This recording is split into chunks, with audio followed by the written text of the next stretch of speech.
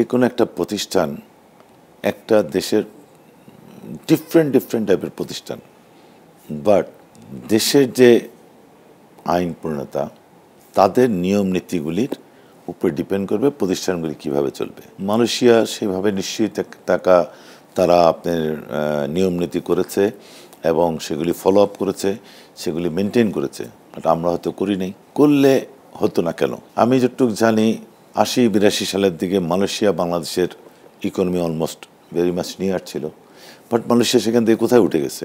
সরকারের তরফ থেকে সেই ধরনের সাপোর্টিং এবং সেই ধরনের রুলস রেগুলেশন নর্মস ছিল না হয়তোবা, যার জন্য ওরা অনেক ভালো করছে, আমরা করতে পারিনি। না তো বা তো আর কোনো কারণ থাকতে পারে না, তারাও মানুষ, আমিও মানুষ।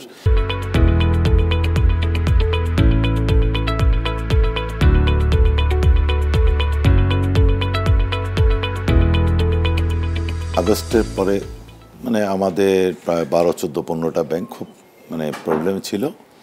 এটা আপনারা সবাই জানেন কি কি কারণে ছিল, কারণগুলি আসলে বারবার আমার বলাও ঠিক না। সো সেই জায়গা থেকে আস্তে আস্তে ব্যাংকগুলি বেটার ডেভেলপ করছে, মানে সব ব্যাংকই।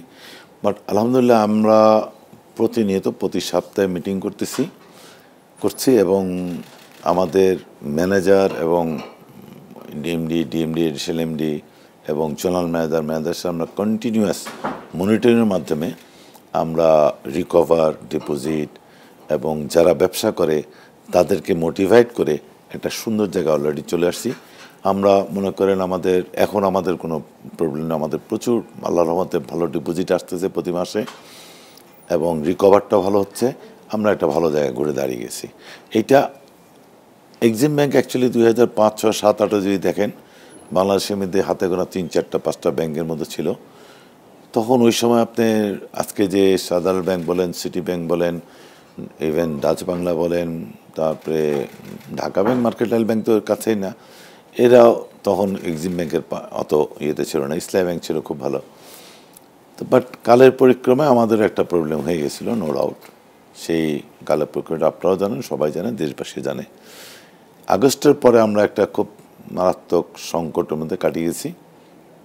নভেম্বর, ডিসেম্বর থেকে আমরা একটু একটু করে ডেভেলপ করতে, জানুয়ারিতে আল্লাহর রহমতে আমরা ডিসেম্বর থেকে খুব ভালো বসে, জানুয়ারিতে আমরা I am very much happy এবং আমাদের সব কিছু এক্সিলেন্টলি চলছে। আসলে ইসলামী শরিয়া বলতে আপনি যেটা বোঝান, ইসলামী ব্যাংক এদেশে প্রথম চালু করে ইসলামী ব্যাংক, যারা ওরা ইসলামী শরিয়াতে চালু করে সেই 80s পরপর। তখন কিন্তু আপনার ইসলামী শরিয়াতে ছিল কি, আমি ব্যবসায়ী, আমি ব্যবসা করব, আপনি ব্যাংক, আমি 50%, 40%, 30% দিলাম, আপনি 50, 60, 40% দিলেন।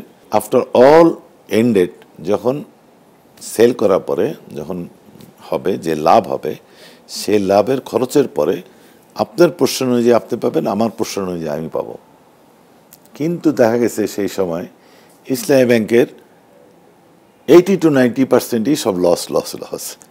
এটা আমাদের নেচারগত কারণে আমরা এটা করছি ব্যবসায়ীরা, সরি টু সে, আমি সবাইকে বলবো না। দেখা গেছে যার জন্য ইসলামী ব্যাংক 2টা বছর পর সেখান থেকে সরে আসছে।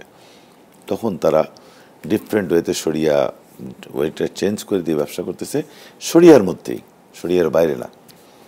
আল্লাহর মতে খুব ভালো ছিল ইসলামী শরিয়া, 2009-10ও ছিল। 11-12 পর থেকে আস্তে আস্তে কেন জানি এটা বুঝতেই পারতেছেন, হয়তো আস্তে আস্তে নষ্ট হয়ে গেছে। ইসলামী ব্যাংকের উত্তরণ দেখে অনেক ব্যাংক কিন্তু তখন ইসলামী শরিয়াতে চলে আসছে। এক্সিম ব্যাংকও কিন্তু একসময় ইসলামী শরিয়াতে ছিল না। এক্সিম ব্যাংকও প্রায় আই থিঙ্ক 2 বছর পরে অথবা সামথিং লাইক দ্যাট 3 বছর পরে শরিয়াতে ডাইভার্ট করছে। শাহজালাল ব্যাংক কিছুদিন আগে করছে, খুব বেশি দিন না, শাহজালাল ব্যাংক করছে কয়েক বছর আগে।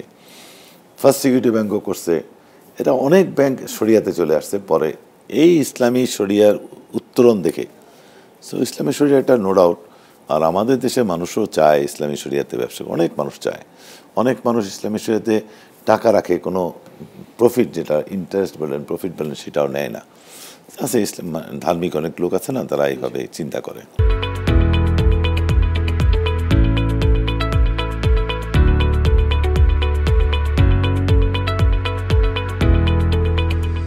আমাদের এক্সিম ব্যাংকে আমরা ভেরি মাচ কন্টিনিউয়াস, আমরা একটা তো বিরাট রেভলিউশন হয়ে গেছে।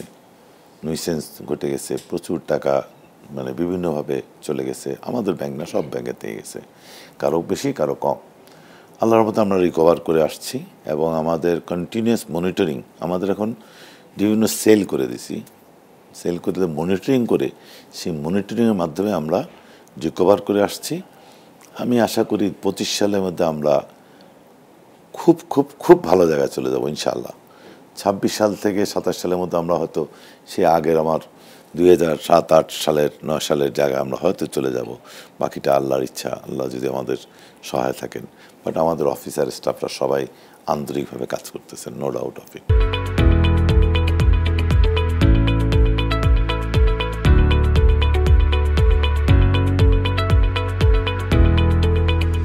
আসলে আপনার একটা কথা একটু আগে বললাম যে আপনি যখন দেশের নিয়ম নীতি আইন কানুনের পরিবেশ পরিস্থিতি ভালো থাকবে, তখন শুধু গার্মেন্টস না, সব ইন্ডাস্ট্রি, সব মানে আপনার যে রাখি মালের ব্যবসা বলেন, ইম্পোর্ট ব্যবসা বলেন, সব কিছু কিন্তু একটা নিয়মের ভিত্তিতে চললে কিন্তু সুন্দরভাবে চলে, ভালোভাবে চলে।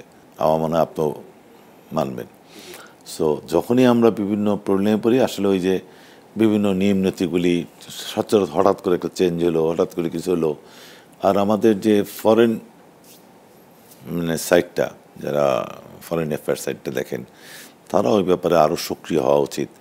মানে ভেরি মাচ এক্সপোর্ট কীভাবে ইজি হয়, এক্সপোর্ট কীভাবে বাড়ানো যায় দেশের, এটা করা উচিত না। যেমন দেখা যায় যে আজ থেকে 8-9-10 বছর আগে, 8 থেকে 10 বছর আগে সে হংকংয়ের ভিসা বন্ধ করে দিছে। আগে আমাদের হংকং যেতে ভিসা লাগতো না, আর ভিসার জন্য লাগলো, দিলেও পরের দিন হয়ে যেত। হংকং ভিসা বন্ধ। ইন্ডিয়া কিন্তু তারটা চালু করে ফেলছে উইদিন এ মান্থ। আমরা এখন বলতে চালু করি, আমাদের এখন ভিসা করতে 2 মাস 2.5 মাস লেগে যায়। সো এই যে এই জিনিসগুলি কিন্তু সরকারের তরফ থেকে করা দরকার। আমি পার্সোনালি গিয়ে তো আর যে হংকংকে এটা ম্যানেজ করতে পারবো না। আমরা একটা চায়নার ভিসা পেতে আমাদের কষ্ট হয়।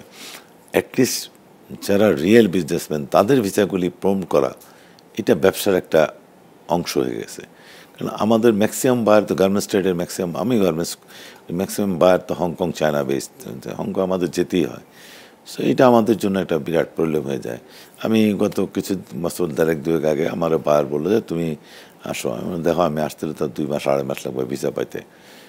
তখন সে আমার সাথে সিরিজ অফ মিটিং করতেছে ঝুমে। তাই গেলে হয়তো আমার 1 দিন 2 দিনের মধ্যে আমার কাজগুলি শেষ হয়ে যেত, কিন্তু অনেক ব্যাক অ্যান্ড ফোর্থ করতে করতে সময় লেগে গেছে অনেক। এই জিনিসগুলি আমাদের জন্য একটু অন্তরায়। এই জিনিসগুলি করতে পারলে আমরা যারা ব্যবসা করি তাদের জন্য ভালো হতো।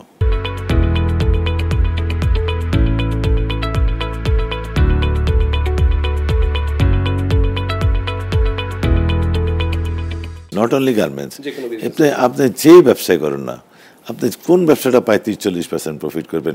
ডলার রেট বাড়ার কারণে গার্মেন্টস এখনও সার্ভাইভ করতেছে। ডলারটা যদি না বাড়তো 100% গার্মেন্টস বন্ধ হয়ে যেত। যেভাবে প্রাইস করার সময় আমাকে বলে তোমার তো ডলার 30%-35% ইনক্রিজ করছে, সো ইউ ক্যান অ্যাডজাস্ট। আপনি কী করবেন? অনেক কটা কমে গেছে, অনেক ফ্যাক্টরি বন্ধ হয়ে গেছে। আপনি যদি চেক করেন, বিজেএমইতে যান, ইপিপিতে যান, দেখুন অনেক ফ্যাক্টরি বন্ধ হয়ে, আমার জানাশোনা অনেক ফ্যাক্টরি বন্ধ হয়ে গেছে। অনেক ফ্যাক্টরি বন্ধ হওয়ার উপক্রম, কারণ এত ইন্টারেস্টে মানে সার্ভাইভ করা ইজ নট ইজি।